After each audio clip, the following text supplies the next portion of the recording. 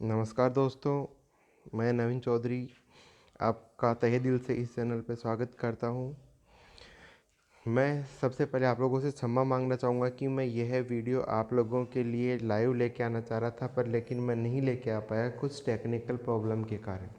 इसलिए अपन इसी वीडियो को स्टार्ट करते हैं शुरू से, ताकि आप लोगों तक मैं जो क्वेश्चंस पहुंचाना चाह रहा हूं वो पहुंचा सकूं। तो सबसे पहला क्वेश्चन है दोस्तों, इसके अंदर जो आपको डिस्प्ले पे दिखाई दे रहा है, इसका जो जवाब देना है आपको वो सोच समझ के देना है कि वस्तु का बड़ा एवं आभासी प्रतिबिंब प्राप्त करने के लिए कौन सा दर्पण काम में लेंगे। ये क्वेश्चन आ चुका है राजस्थान पुलिस के अंदर। आपको दिख रहा होगा ये कहाँ आ चुका है। ये राजस्थान पुलिस 2007 में आ चुका है। तो ये इस तरीके के बेसिक्स क्वेश्चंस आते हैं। तो देखिएगा, आप लोगों को पता होना चाहिए बड़ा और आभासी, क्योंकि छोटा और वास्तविक तो हमारे आँख में उत्तल जो लेंस होता है उसके जैसा होता है, और उत्तल लेंस के जैसा ही अगर अपन बात करें तो यहाँ पर रिवर्स फॉर्म में जो शो करेगा, तो आंसर क्या निकल के आएगा यहाँ पे, अवतल दर्पण। ठीक है दोस्तों, चलो उसके बाद देखिएगा अपन बात करते हैं नेक्स्ट पॉइंट की, जिसके अंदर दिया हुआ है दूध में कौन सा विटामिन नहीं पाया जाता। तो दूध में कौन सा विटामिन नहीं पाया जाता, देखो ए होता है, बी भी होता है, B12 और B6 की फॉर्म में, विटामिन डी होता है क्योंकि दूध में कैल्शियम होता है। तो दूध में नहीं मिलने वाला विटामिन कौन सा होगा, विटामिन सी होगा। ठीक है दोस्तों, चलो जी, अगर ये क्वेश्चन में कोई डाउट है तो आप क्लियर कर लीजिएगा, क्योंकि ये भी राजस्थान पुलिस में आ चुका है। इसके अलावा एसएससी और यूपीएससी जैसी एग्ज़ामों में भी ये क्वेश्चन पूछा जा चुका है दोस्तों। ठीक है, उसके बाद जो नेक्स्ट क्वेश्चन है उसके ऊपर अपन बात करते हैं। यहाँ पर देखो आपको दिखाई दे रहा होगा क्वेश्चन कि निम्न में से कौन सी मानव शरीर में एक अंतःस्रावी ग्रंथि नहीं है, मतलब जिससे हार्मोन नहीं निकलते। तो देखिएगा, अपन बात करें तो ये जो दोनों दिखाई दे रहे हैं जो ऊपर लिखे हुए, ये दोनों ही पीयूष, ये भी दोनों है, और अदिवा ग्रंथि है, ये भी है। ठीक है ना दोस्तों, तो समझ में आई बात। तो अपन बात करते हैं यहाँ पर कि आंसर क्या होगा। तो आप देखिएगा इसको, यहाँ पर जो आंसर होगा वो होगा लार ग्रंथि। क्या होगा, लार ग्रंथि, क्योंकि लार में एंजाइम्स होते हैं बेटा, इनमें हार्मोन्स नहीं होते। चलो जी, नेक्स्ट क्वेश्चन देखिएगा जो आपको दिखाई दे रहा है, निम्नलिखित जीवों में से कौन कूटपाद मतलब सूडोपोडिया की सहायता से चलता है। मतलब शरीर के अंदर अंग नहीं होते, सूडोपोडिया मतलब शरीर की जो त्वचा होती है उसकी कोशिका की, वो है ना जी, मतलब बाहरी आवरण है, वो पैर की तरह काम करता है। सूडो का मतलब होता है आभासी, ध्यान से समझिएगा, मैं यहाँ पर लिख देता हूँ ताकि आपको समझ में आए इसका जो मतलब है। ठीक है ना, इस सूडो का मतलब होता है आभासी। क्या होता है, आभासी। तो याद रखिएगा, सूडो का मतलब होता है आभासी, पोडिया का मतलब, किसका मतलब है, मैं बात करूं, जैसे मैं बात कर रहा हूँ पोडिया का, पोडिया का मतलब होता है पैर। क्या होता है, जिसमें आभासी पैर होते हैं। तो आंसर हो जाएगा इसके अंदर अमीबा। ओके दोस्तों, तो आभासी जो पैर होते हैं वो किसके अंदर होते हैं, आप सबको पता चल गया होगा, अमीबा में होते हैं। चलो आगे वाली बात करते हैं। अगर मैं नेक्स्ट क्वेश्चन की बात करूं तो देखो यहाँ पे आपको लोगों को दिखाई दे रहा होगा, बायोडीजल के लिए क्या किन पादपों की या किन पौधों की खेती की जा रही है, ये भी राजस्थान पुलिस में पूछा जा चुका है। तो इसके लिए याद रखना, सबसे इम्पोर्टेंट और सबसे बेस्ट जो चीज़ है वो ये है कि ये बहुत ही प्रचलित नाम है और इसको लगभग सारे स्टूडेंट जानते भी हैं। तो इसका होगा जेट्रोफा या रतन जोत। ठीक है दोस्तों, ये बहुत ही इम्पोर्टेंट है, ये एसएससी वगैरह जैसे एग्ज़ामों में भी पूछा जा चुका है। इसके अलावा ये आप लोगों को आरआरबी जैसी एग्ज़ामों में भी पूछा जा चुका है। तो ये अपने आप में एक बहुत ही इम्पोर्टेंट क्वेश्चन है, इसको आप लोग हमेशा याद रखिएगा। ठीक है, ओके, चलो जी, नेक्स्ट क्वेश्चन की अगर अपन बात करें तो देखो वो निकल के आ रहा है आपके सामने, ये रहा कि सुनहरी मतलब गोल्डन राइस जो होता है उसके बारे में आपको बताना है। क्या बताना है कि उसकी कौन सी विशेषता है। तो यह चीन की पीली नदी के तट पर उगाई गई चावल नहीं है, लंबे समय के उपरांत पीली पड़ जाती है, मतलब टिंड वाले चावल बन जाते हैं। यह एक ट्रांसजेनिक चावल की किस्म है और एक जंगली किस्म है। तो यहाँ पर देखो ये जो नाम निकल के आ रहा है, इससे ये पता चलता है कि ट्रांसजेनिक है। ट्रांस का मतलब होता है, ट्रांस का मतलब, दोस्तों मैं रिपीट कर देता हूँ एक बार, ठीक है ना। चलो देखो, समझना ध्यान से। ट्रांस का मतलब होता है स्थानांतरण। क्या होता है? स्थानांतरण। तो ये स्थानांतरण करके किसका? जीन का। तो स्थानांतरण जीन तकनीक द्वारा इसको बनाया जाता है। तो यह एक प्रकार का टीजी प्लांट है। कैसा है? टीजी प्लांट है, याद रखिएगा। ओके दोस्तों, चलो उसके बाद अपन बात करते हैं इसी से रिलेटेड नेक्स्ट क्वेश्चन की। तो आप लोगों को डिस्प्ले पे दिख रहा होगा। ओके, इसी के ऊपर क्वेश्चन बनता है, देखिएगा इसको एक बार और, क्योंकि ऐसे क्वेश्चंस बहुत बार पूछे जाते हैं। तो इसमें कंफ्यूज नहीं होना है आपको कि क्या आंसर होगा या मैं इसको कौन सा आंसर मानूं, ठीक है ना। ओके, तो इसके अंदर जो आप तो चेक करोगे, सबसे पहले आपको ये देखना है, देखो अनुकंपी जो तंत्रिका तंत्र है वो क्या काम करता है, ठीक है। व्यक्ति की चिंतनशीलता, तो ये अपन इसको ये कह सकते हैं कि ये आंसर नहीं होगा। शारीरिक और मानसिक शिथिलता दिखाता है, ये भी इसका संबंध नहीं है। धड़कन को भी, ये भी अपन डायरेक्ट नहीं कह सकते। तो कौन सा बचा? ये रहा। संवेगात्मक उत्तेजना बढ़ाता है, मतलब स्थानांतरणशीलता किसके अंदर है? सूचना को एक स्थान से दूसरे स्थान पर पहुंचाने की जो घटना होती है उसको क्या कर देता है? इस प्रक्रिया को ये बढ़ा देता है, ठीक है दोस्तों। चलो जी, अपन ये नया फॉर्मेट पहली बार काम में ले रहे हैं, तो अगर कोई कमी लगे तो ज़रूर बताइएगा, ठीक है। चलो, तो यहाँ तक आई थिंक आपको समझ में आ गया होगा। अगला पॉइंट अपन बात करते हैं,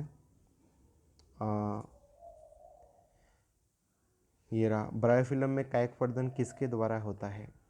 तो देखिएगा, ये भी अपने आप में एक बहुत बड़ा क्वेश्चन है, ये भी एसएससी मैट्रिक का क्वेश्चन है। तो देखो, ब्रायोफिल्म जो होता है, ध्यान से सुनिएगा, मैं इसके अंदर इस चीज़ को रिशो कर रहा हूँ। ब्रायोफिल्म जो होता है वो पत्थर चट्टा जो होता है उसको कहा जाता है। किसको कहा जाता है?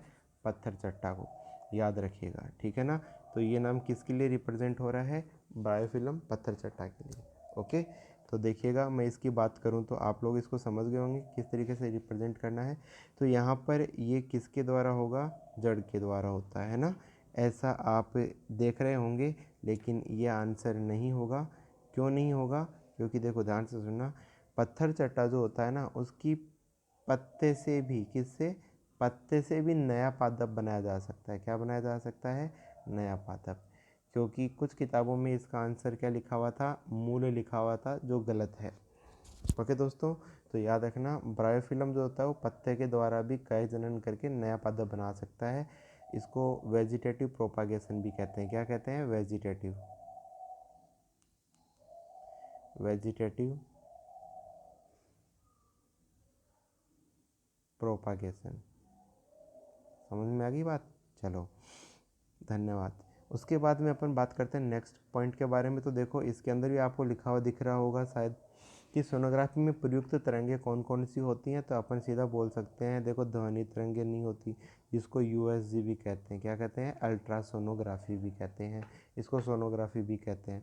तो इसके अंदर जो होती हैं वो सूक्ष्म तरंगें नहीं होती हैं, ना अवरक्त तरंगें होती हैं, ना ध्वनि तरंगें होती हैं। इसमें होती है परासर्वी ध्वनि होती हैं, जिनको ये चमगादड़ वगैरह छोड़ते हैं ना, ऐसी तो बहुत ही साइलेंट वेव प्रकार की होती हैं। ये भी बहुत इंपॉर्टेंट है, क्योंकि देखो ये एसएससी में 10+2 लेवल की में, मतलब एक प्रकार से सीजीएल जैसे एग्जामों में पूछा जा चुका क्वेश्चन है दोस्तों, ठीक है। चलो, उसके बाद में आगे देखते हैं अपन।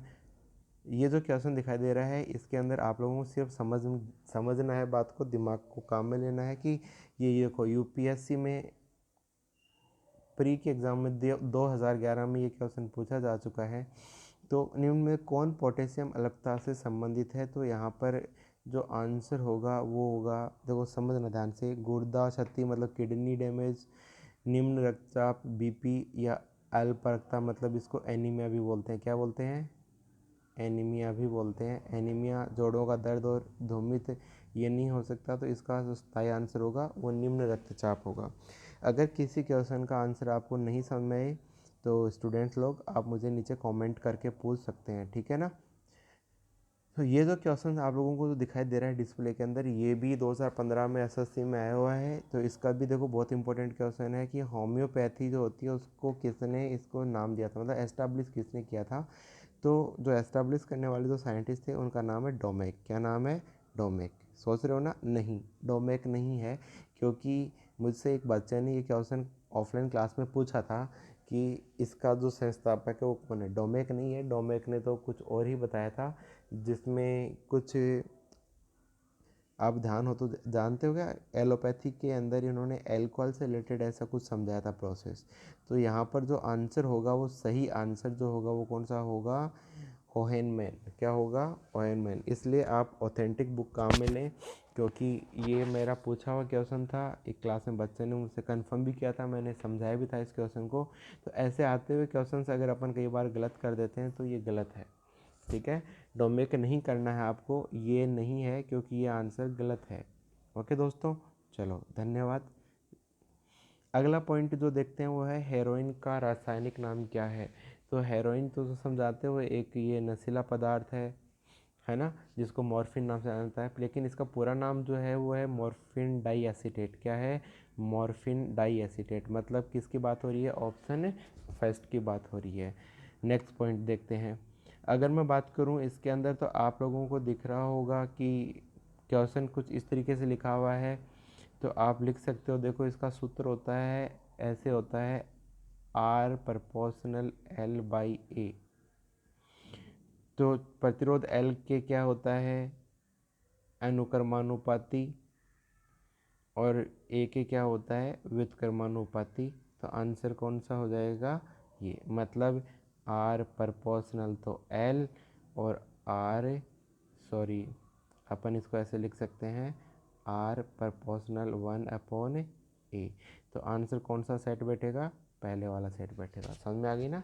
चलो नेक्स्ट पॉइंट अगर अपन बात करें, देखो इस तरीके के छोटे छोटे क्वेश्चंस अपन ले रहे हैं। घरों में प्रयुक्त होने वाला जो माइक्रोवेव ओवन होता है, उसमें कौन सा पद उसके संबंधित नहीं है ना?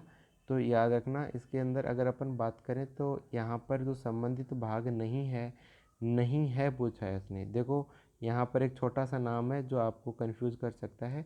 तो यहाँ पर इसका आंसर होगा रेडियो तरंगे। क्या होगा? रेडियो तरंगे आंसर होगा, क्योंकि ये इससे संबंधित नहीं है दोस्तों। ओके, चलो। तो अगर आप लोगों को ये चीज़ समझ में आ गई तो अपन और बात करते हैं आगे। क्वेश्चन बस इसी तरीके के होते हैं, बस उनको समझने वाला चाहिए। अगर आपसे पूछा नवीनीकरणीय ऊर्जा, देखो फिर इसके अंदर वही कन्फ्यूज़न ला दिया आप लोगों के लिए।